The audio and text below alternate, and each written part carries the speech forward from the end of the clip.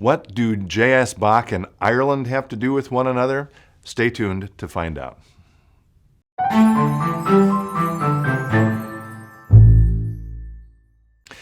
Hello, friends. Pastor Tim Westermeyer here, Senior Pastor of St. Philip the Deacon in the western suburbs of Minneapolis. I have a couple of seemingly unrelated things on my mind today that I want to try to connect in this episode. The first is that the day we are taping this is Monday, March 21st, which, depending on how you count it, is considered by many people to be the birthday of Johann Sebastian Bach. Little tangent, because the calendar changed in Europe from the Julian calendar to the Gregorian calendar, which is maybe a subject for an entirely other episode. It kind of complicates how people record his birthday. Some people think it's March 21st. Some people think it's March 31st. If you have strong feelings about that, I would invite your comments below. In any case, because some people think it's March 21st and that's the day we're taping this, I am thinking about Johann Sebastian Bach, who is, I think it's fair to say, the preeminent Lutheran musician.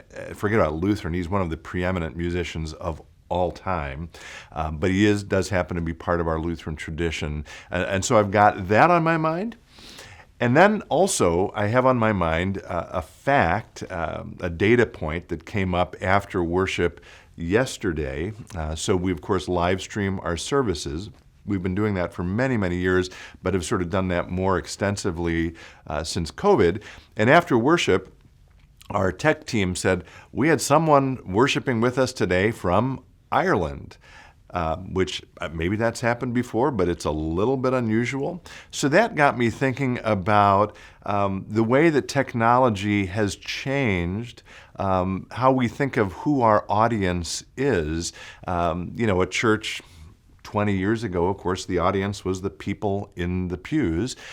Today, both in our worship life and in other aspects of our life, the audience is a lot more fluid. In this podcast or these episodes, for example, I have built relationships with people around the world, from Japan, from Australia, from Canada, from around the States. And so that's both exciting. It's also complicating because it sometimes makes it hard to know who am I really talking to here? Am I talking to members of the church? Am I talking to anyone at any time?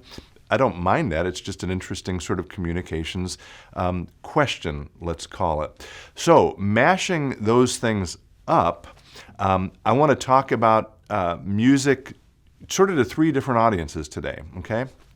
Broadly, and I sort of already hinted at this, to anyone listening to this at any time in the future or as this is being published, I would just say if you're curious about what the Lutheran tradition means, it means lots of things, but one of the things it means is a celebration of the arts, and particularly maybe a celebration of music. Again, Bach is a great example of that, and our namesake, Martin Luther, once said, "Music is a fair and glorious gift of God."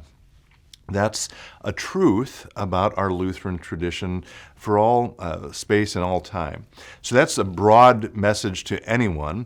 Zeroing in that message a bit to members of St. Philip the Deacon specifically, a couple weeks ago we announced the upcoming retirement of our longtime music director, Linda Armstrong. She's been here for 26 years, both on the organ bench and conducting the choirs. She's an amazing musician and a wonderful colleague. She's not retiring quite yet. She's with us through the end of May. But I guess I'll just mention that here. And if you see Linda in the next few weeks or in the next couple, 3 months, please thank her for her incredible ministry among us. And we will obviously have chances to do that in a more formal way. I'm mentioning it sort of in passing in this episode, which brings me now, so that's a broad audience, the church audience, and now to a very narrow, very specific audience would be, I think this week we're going to be opening up applications for our next director of music. We will provide a link to that in the description below. So if you are someone who's interested in that role, I'd encourage you to apply. You are certainly welcome to reach out to me and ask questions. I hope that our application process will answer a lot of those questions for you.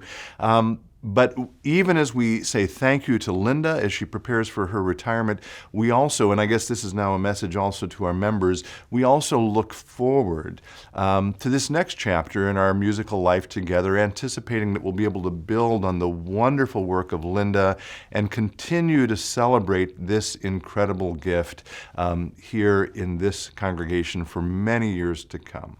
So that's all I had to say for this week, other than if you were that person in Ireland worshiping with us, would you let us know who you are? We're just kind of curious. So, as always, thanks for being with me. Be well, stay in touch, and God bless.